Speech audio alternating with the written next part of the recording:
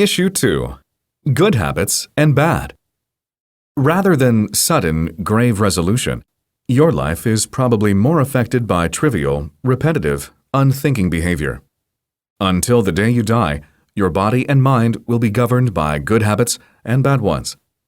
These acts determine the quality of your existence. Everyone knows that bad habits are easy to form, since they are quite agreeable to man's lazy and selfish nature. But good ones are difficult to fabricate because they need perseverance and lack social reinforcement.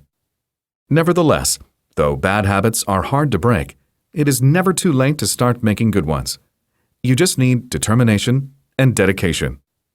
Doing something over and over again until you don't have to think about it is how actions become habitual in the first place. Comprehension. 1. Is habit ever directly defined in the paragraph? 2. Why are bad habits so easy to acquire? 3. What would make it easier to form good habits?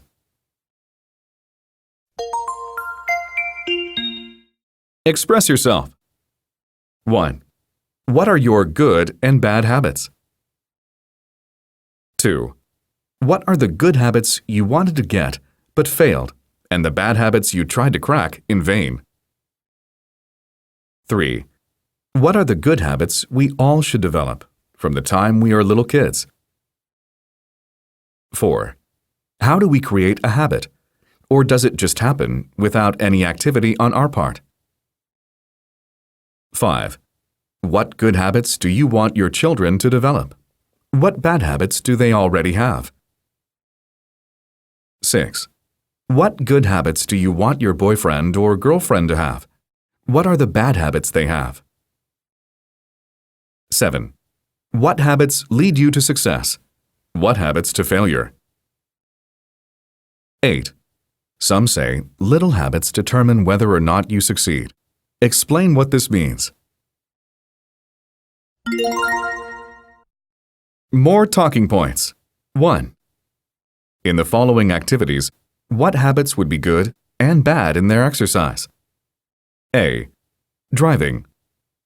B. Reading. C. Watching TV. D. Studying English. E. Talking with people. F. Spending money. G. Shopping. H. Exercising. I. Sleeping. J. Drinking. K. Eating. L. Using a smartphone.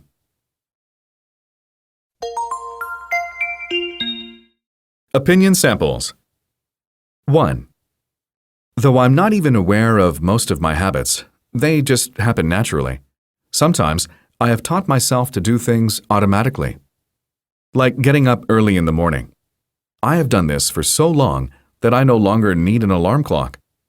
Unfortunately, I get up even on holidays when I could sleep in. But all habit acquisition comes from training. Force yourself to do the same thing at the same time under the same circumstances every day, and it doesn't take very long to make it a habit. 2. People watch too much television, or rather, they don't watch it at all in any meaningful sense. They turn it on indiscriminately, and they leave it on whether or not they are watching it.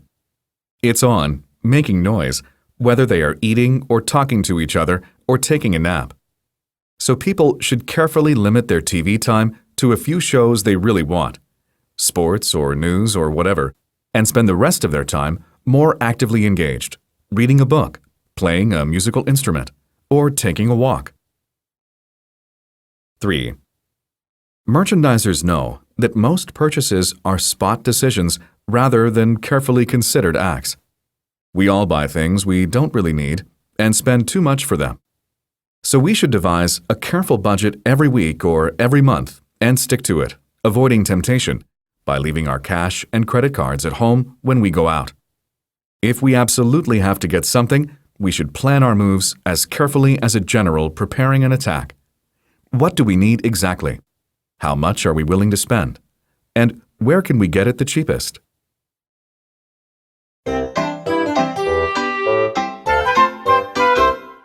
Dialogue. Trading habits. You used to have my dinner ready for me when I got home, but you don't anymore. What happened? I never knew what time you were coming home, so I just got out of the habit. If I promise to be here at the same time every day, can you promise to cook for me again? Of course. I love cooking for you, but I thought you never really cared. I'm not your slave after all. No, I love your cooking. I'm sorry that I never let you know how much I appreciate your hard work.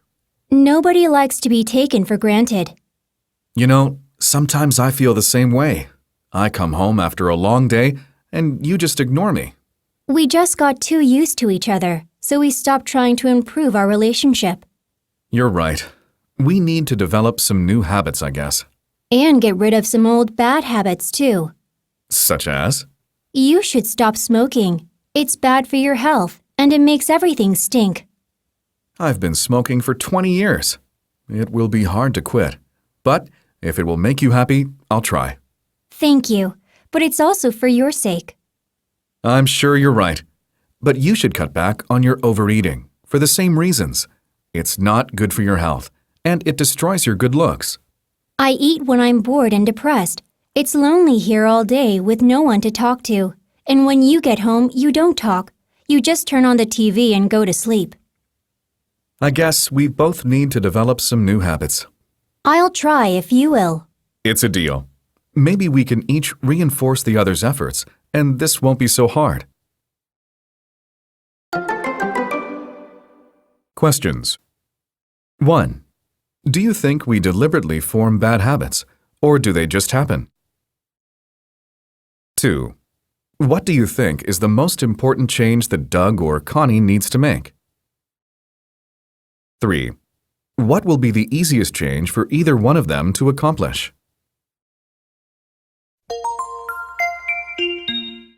Read and discuss. Essential habits to be a successful person. Success means the acquisition of wealth to most people, but in fact, it does not have to be thought of in those terms. Success can be the achievement of a skill, a personal goal, or a state of mind. But no matter how it is defined, it can be promoted by developing a few good habits. 1. Decide what you want to be or get, and stay focused on that. Don't let yourself get distracted. 2.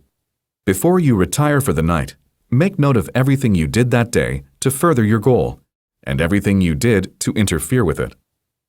3. Begin each new day by trying to project the actions you can take to promote your ambition. 4. Be flexible and realistic. Reevaluate your desire and your progress on the first day of every month. 5. Keep records of your progress that you can review and reevaluate on a regular basis. 6. It's okay to pursue more than one goal at a time, but be sure not to try too many at once. 7. Be patient and persistent. Don't expect instant gratification. If you make this process habitual and automatic, you will definitely succeed most of the time. Questions. 1. Do you think this deliberate means of developing habits can work? Why or why not? 2. Would you be willing to wholeheartedly subject yourself to it? 3. Are there any other habits that should be added to the process?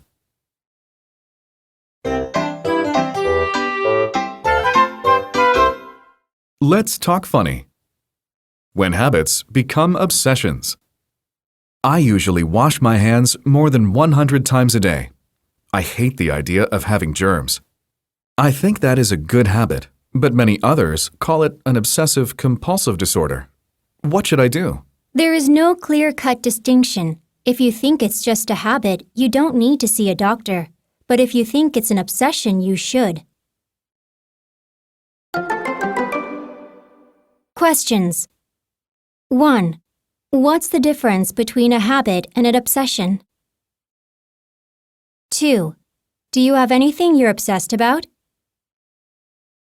3. Talk about some good obsessions. Points to ponder. The following sentences are all related thematically. They express a wide difference of opinions and attitudes. You may agree with some of them and disagree with others. Please discuss what you think the sentences mean and what you think about them. 1. The worst boss anyone can have is a bad habit. 2. Good habits are usually formed. Bad habits we fall into. 3. Many people look forward to the new year for a new start on old habits. 4. 99% of failure comes from people who have the habit of making excuses. 5. Laziness is nothing more than the habit of resting before you get tired. 6. Stop the habit of wishful thinking and start the habit of thoughtful wishes. 7. As long as habit and routine dictate the pattern of living, no new dimensions of the soul will emerge. 8. Only habit can subdue habit.